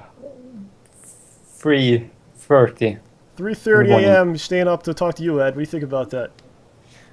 Mark, I'm flattered, and I am glad to talk to you, and I hope I've made some kind of impact. I hope you'll remember our conversation. Yes, I certainly will. It's always fun listening to you. I think you have a wonderful country. I really do. Yeah. We're a fun country, but everyone wants to leave for some reason. Everyone wants to be there. What do you think it is about Sweden that everyone wants to be there? Is the beauty of the people? Your people are beautiful. It's not the warmth, I can tell you that. It's not. Oh, well, it's not the climate warmth, but the personality. Yeah. Oh, we're kind of nice people. We are strictly no piss off anybody in the world. That's kind of the thing that Sweden is about. We're not gonna piss off anybody. So instead, it's end up being kind of not so good every time, because if you sometimes you gotta piss some people off. Is that what you're saying? Yeah, right. Sometimes they withdraw from global conflict. They have the Geneva Convention, and they. Yeah, that's why Sweden is the country that hasn't have the longest peace in the world. They stand. No country have had as long peace as Sweden have. And that's why I want to see it. That's why I want to go there. I want peace. Mark, me and Ed are coming over next week, all right? Okay. All right. Okay. Thanks for calling in, Mark. Thank you Yeah. for calling, Mark. Talk to you Thank soon, you dude. for having me. All right, bye. We'll talk to you Bye. soon. Bye-bye. All right. Oh, John, are we out of time? No more callers? It's up to you. If you want to do a couple more, I mean, we're going overtime now, Oh, so. this is fun. I want to talk to another caller. All right, if you This- want to keep going, we'll keep going. It's up to you. Yeah, let's talk to somebody else. If you got somebody else, I got a few people. All right, let's do them one at a time and see how it goes. All right, let's go. Let's see what we got here. How am I doing? All right, doing great, Ed. This is a classic episode already. Yeah. Okay. Oh yeah. I probably spilled too many beans. Oh yeah, you gonna get in trouble? Maybe. I'm trying to call Deadpool right now. Deadpool, are you there? There he is. Hello? Hello. Okay. So, I was actually there. I haven't seen any episodes lately because I've been busy with friends and stuff. But I guess it's a good time for me to come back. First of all, Ed Trotta, Yeah. it is an honor to get to speak with you. Is that flushing? Oh, is that the Deadpool flushing? I think you got. Do you have your stream on? You got to turn the stream volume off, sir. My stream volume is off. Okay, you sound better now. Okay. But no, it's actually a Deadpool design. So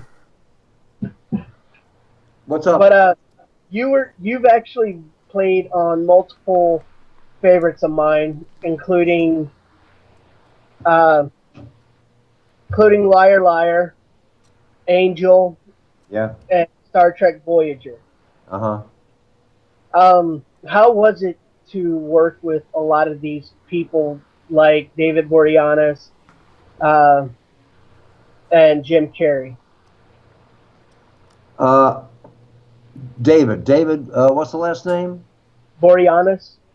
Was he, what was his character's name on, he was on Star Trek Voyager, right? He was on Angel. Oh, he was on Angel, yeah. I didn't get to work with him. Angel was a special situation. They found that they had filmed an episode and had 2 minutes short. They were 2 minutes short of an hour. So they wrote a teaser to the beginning of the show, and that included my character and a couple of others. And so it was kind of an addendum to the whole thing. Working with Jim Carrey was really interesting because, he was the only other character in the scene that I was in, and I was just wow. Huh? So you actually had a scene with Jim Carrey. Yeah, he was the only other character in the scene, or on that day, Okay. because it was the day that he was jumping on those mechanical stairs that people walk up or down to get into or out of the...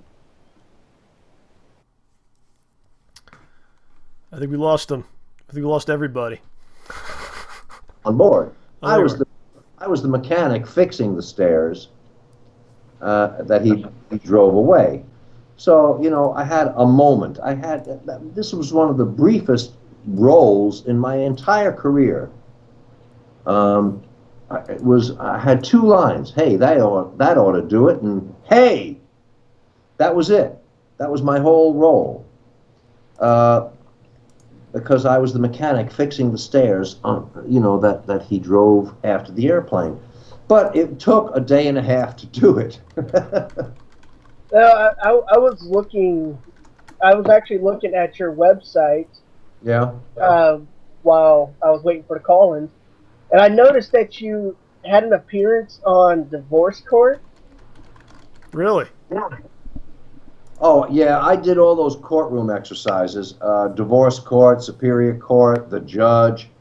But this was back in the late 80s, early 90s, before all of those courtroom shows became what do they call it? Reality shows. You know, I was doing courtroom shows when they were all actors. You know, the judge, the lawyers, the litigants, the witnesses, everyone was an actor. And then they found it to be more cost-effective or cheaper or whatever to go to this reality vignette about courtroom shows. So, you know, courtroom dramas were a very interesting little passage in my early LA career because they're a lot like doing theater. Those courtroom shows, they're like a 3-camera operation, and they film sometimes 5 episodes in a day instead of taking 10 days to do 1 episode. They would do 5 episodes in a day because it was all so formula. It was a very formula show. Oh, wow. So, you know, they had like 1 camera on the judge, 1 camera on the client, and 1 camera on the lawyer. And they would just cut back and forth, sometimes while the show was being filmed, so it was practically in the can by the time you were done. You know, it didn't take a lot of editing. Ed, were you on? You did an episode of Pamela Anderson's show, Stacked. Yes. Did you meet Pamela? I did. Tell us about that, if you will.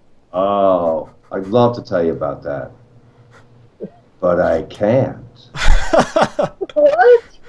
You don't have to say anything more than that.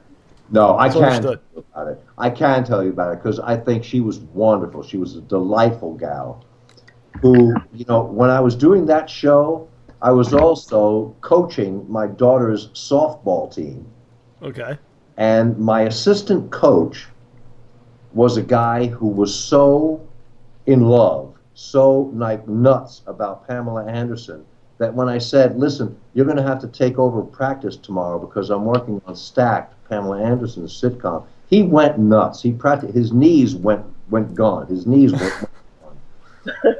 So when I got to the show, I said, listen, Pamela, I saw her, and I said, you got to give me a picture dedicated to, God, I forget the guy's name. But just sign a picture to him. And she did. And it was so sweet. She was such a sweet gal. You know, she's got this, like, hot image, but, you know, honestly, she was really, to me, down to earth. And gave me a really nice picture that I hated to give to this guy. I wanted it for yourself. I wanted to keep it myself, and I gave it to him, and I said, don't you ever sell this. Don't you ever sell this. She signed this to you. You take this to the fucking grave. And he said, okay. I was actually trying to find that episode out there. I couldn't locate it. I wanted to watch it. Final question. I played Lincoln in it. Yeah, I saw that. Yeah. Yeah. A final question for you, John Rambo. Oh, yes. Okay. What do you think about the whole thing with Jack Swagger? Ed, you watch pro wrestling at all? You ever a pro wrestling fan? Sorry, you're on your own. There's a little bit of acting in there. What do you think? It's bad acting to you? It's terrible? Just little acting. There's a lot of acting. There's a lot of good acting. There's a lot of presentational acting. Right. Those guys do a very good job. It's hard. It's also the physicality of it on top of the maintaining the character. Hey, listen, one of my favorite classes in my training was stage combat. I learned sword and dagger, rapier, and hand-to-hand. Okay? That's cool. Hand-to-hand. That's what we're talking about when we're talking about, you know, that wrestling. But, you know, it's not usually like that on stage. It's more like a slap or a fist or, you know, a belly punch or something like that. But I had an enormous respect for that whole discipline of stage combat. And the single best role for all of it is to play Cyrano de Bergerac. I played Cyrano de Bergerac, and I had a sword fight while composing a poem. And if you don't think that's tough, try it sometime. I'd like to see that. The hand-to-hand stuff is really what it's about, because, you know, in the final analysis, it's the defendant who is the responsible for selling the hit. It's the guy taking the blow, not the guy delivering it, but the guy taking the blow. There are lessons in isolation, and you know, and you know, reactions. To sell a punch, it's really on the defendant. It's really on the guy being hit, more so than the guy doing it. Exactly. Huh. That's cool. Well, to answer your question, sir, from time to time we talk about wrestling on this YouTube channel. But Jack Swagger's a pro wrestler. He got arrested for DUI and marijuana possession and other things. Speeding. Can't forget about the speeding. Speeding as well. That's the worst of all. Yeah, he's probably going to get suspended, I guess. I mean, I'll be talking about that more in the future. Yeah, but, do you think he's going to lose his WrestleMania spot because of this? I think he has to, because that's a wellness violation, so he's got to be suspended, I believe. Yeah. So, it's a, you know, I don't know. It brings up some questions about the wellness policy, really. Because if he was smoking that, then why didn't they catch this before? Yeah, I mean, even though he just returned recently, why didn't they test him beforehand? Right. Yeah, I think he's done. It just seems like it was WWE's own fault for not catching this beforehand, and then allowing him to wrestle, let him win the Elimination Chamber, then to go on to wanting to go on to WrestleMania, but then this happens. Right. So really, when you look at it, it is actually WWE's fault for not checking him before he came back. Right. Well, I'll hopefully be talking about it more in the future. What was that, Ed? You could apply the same to Lance Armstrong. Why didn't we see this coming? Right. That's also another issue out there. Everyone's on something, it seems like, out there, Ed. Everyone what? Everyone's on some kind of substance, apparently. I don't know what's happening. Well, there's the runner, the guy with the one-legged runner from South Africa. They found all kinds of steroids at his place. No, not the one leg. He's a paraplegic. He has no legs. Oh, really? Okay, I didn't know exactly. And he's accused of murder, and it's looking to me like he's guilty. I'm sorry, just have to say that across the board, but from what I've heard, you know, the guy is guilty as hell. It's maybe because he was using, drugs that make you insane. It just seems like every athlete in the world is doing this now. I don't know what's happening. I know I said that was my last question, but I wanted to ask you, Ed, how it was to play your character of Pitt on Star Trek Voyager. Oh, thank you, Deadpool. Thank you for asking about it. I loved playing Pitt. He was just a bad guy, and he was, for me, well, you know, I call him my tongue character. Because I stuck my tongue out a lot while I was working with him. Right. I just decided on that as a detail of who Pitt is, a guy, you know, sticking out his tongue. But it maybe an arbitrary call, but it gave me a detail. It gave me a specific to work with, You know, I had 4 days on that. I loved the costume they gave me. It made me look buff, made me look strong. I did my own stage combat in that, by the way, and my scene partner did not. The guy playing that character chose to have a stuntman step in. Right. And I thought, well, you know what? If both of us have a stuntman step in, it gets to be really difficult for the editor to keep it looking like we're both in the scene. And I like stage combat, so I wanted this knife fight. So I said, bring it on, man. Give me the stuntman. I don't give a shit. I mean, I don't care. You know, let's have it. And you'll notice when I stab him, I stick out my tongue. Yeah, that felt good. And, I enjoyed, well, that was a Paramount production. And Paramount is my favorite studio in all of Hollywood. I like it better than Universal or Disney or Fox or any of them. They just treat their people the best. Their caterers the best. They fly them first class. They just treat them the best. What kind of catering are we talking about? What do they got? What do they got? What kind of food? They got ribs. Ribs, really? Wow. Ribs or salmon. What?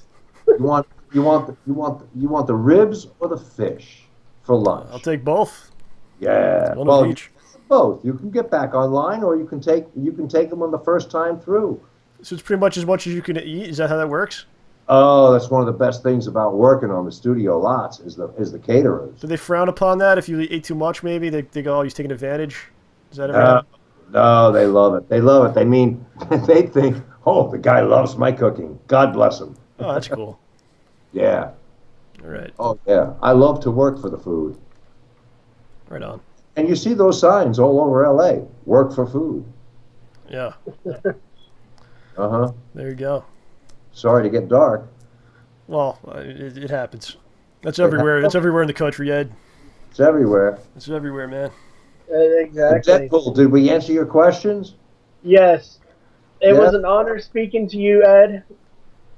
I hope there will be some roles for you in the future that I will get to see you in. And then Rambo, I will be back to see you again next week. All right, sir. I'll see you. All right. Thanks, Yeah. Deadpool. All right, buddy. Thanks a lot. Bye. Bye. All right, then we're take one more call, and then we're going to wrap up. Going extra time here. All right, one more call. We'll wrap up. You okay, Ed? Still with it? I love the calls. All right. Okay, here we go. We're Slinky in I'm here. a whore, John. What's that? I said I'm a whore. That's all right. Some slinky bitch. Oh, yeah. Slinky. I think he's asleep or something. I don't know what happened. Oh, please let this one come through. Call failed. Call failed. Try again. Here she goes again. Try again. No. Try again. No. All right. Slinky.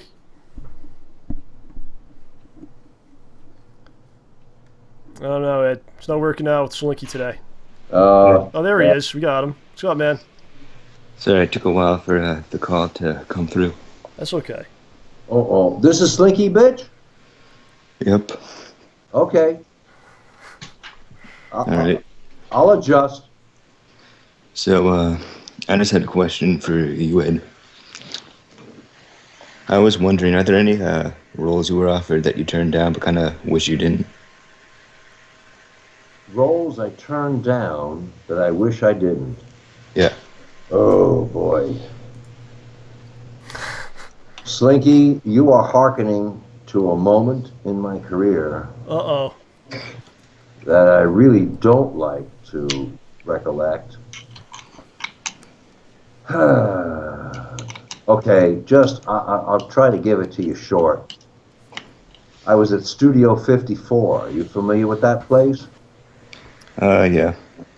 Yeah, 1980, and Saturday Night Live was casting for replacements, and I was there with some Godspell friend, and I asked a couple of gals at the end of the table to dance, and I can't remember if it was, Jane Curtin, Lorraine Newman, and or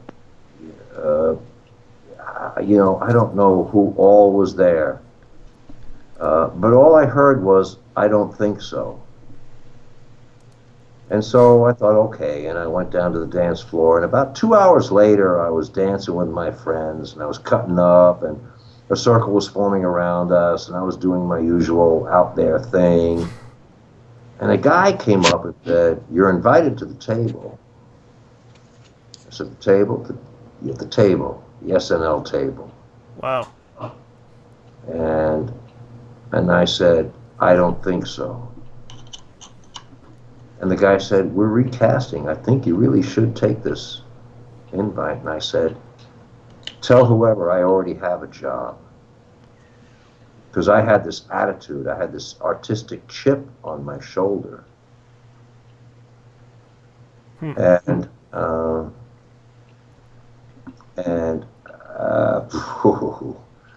I tell you, there are some nights that I could put a bullet in my head for making that decision at that moment, for copying that attitude at that moment.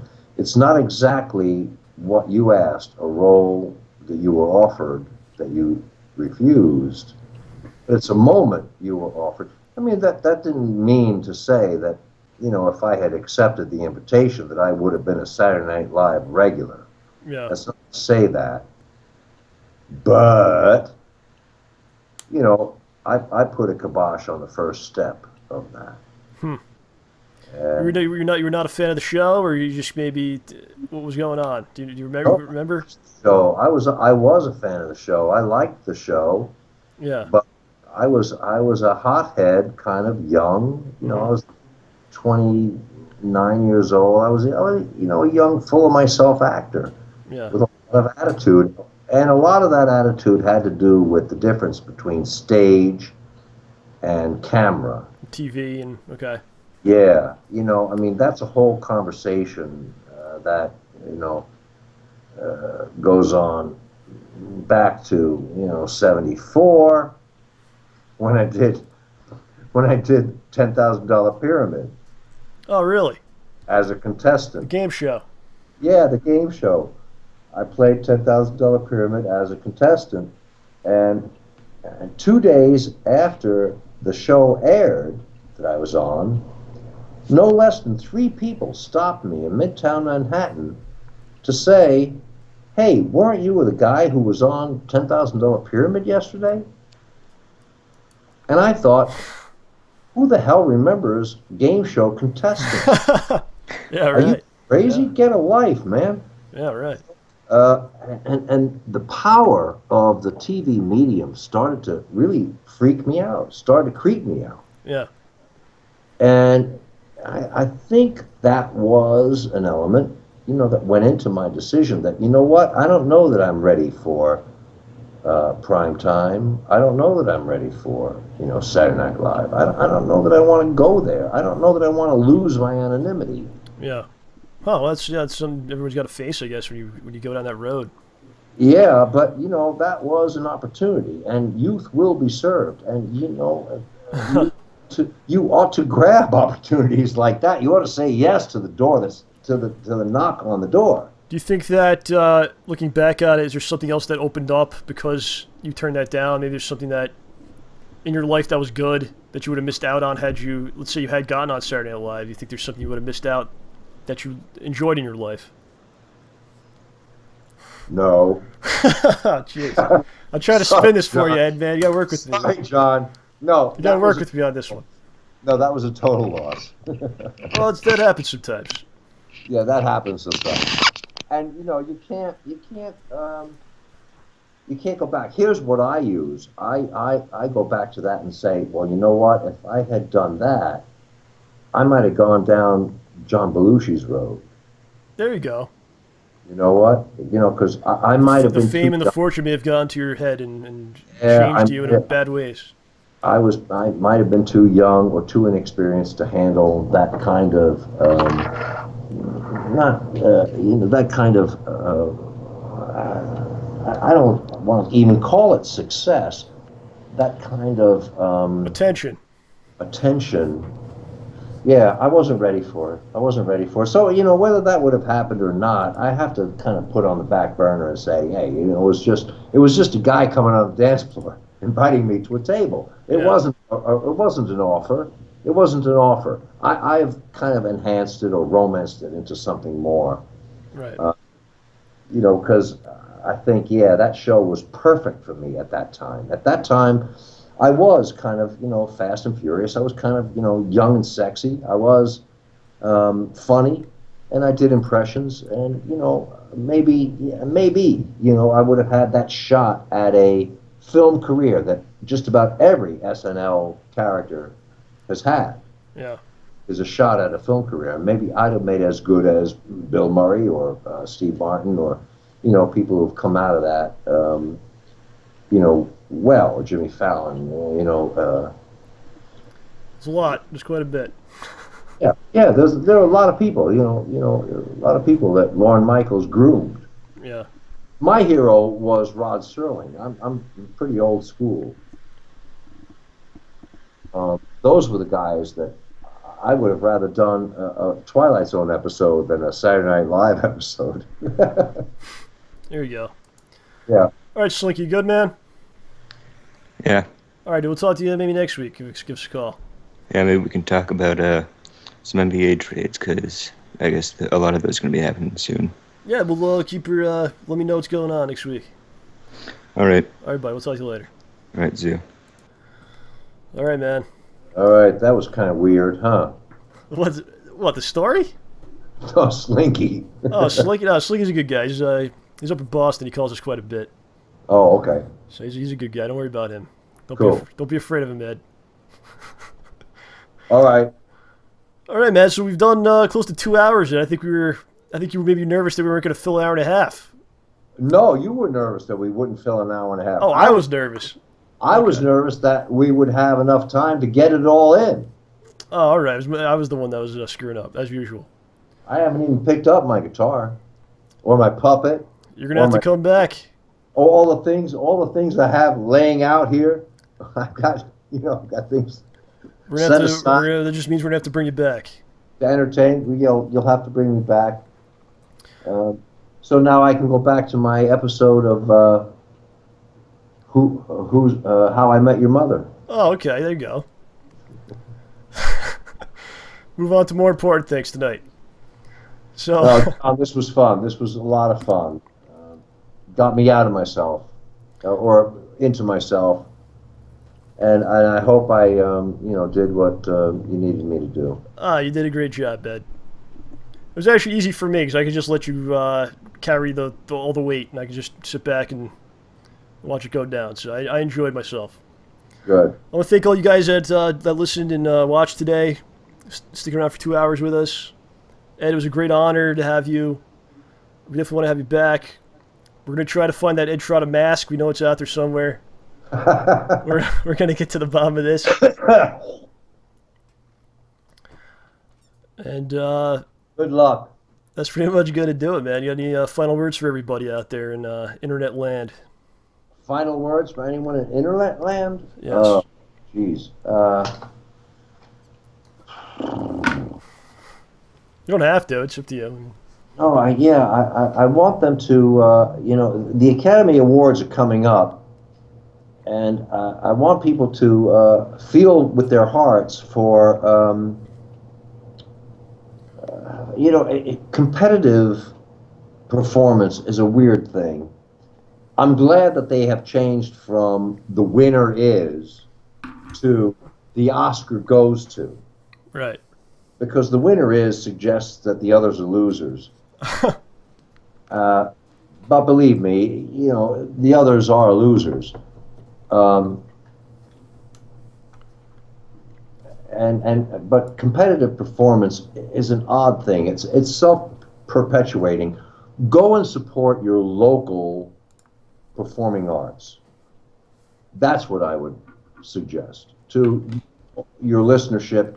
Hopefully they are demographically spread out enough for that to be effective. Yeah, I agree with that. I always try to tell you guys that if you have a chance to go out, even just to see a band play live or some sort of play or something. I mean, there's a lot of great stuff online, but once you get out there in the real world and see some things, it's good, See something live because it can hear you. You're right. That's you're part of the show as well.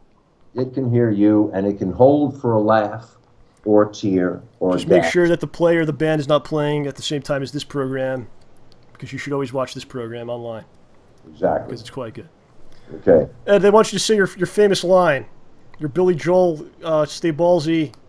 Don't take any shit from anyone. They want to hear you say that as we sign off. Do you mind if you don't mind? Don't take any shit from anybody. All right, that's gonna do it. So for Ed, this is John signing off. Thank you for being a part of John Rambo Presents, the very best in free and optional entertainment. Good night, everyone.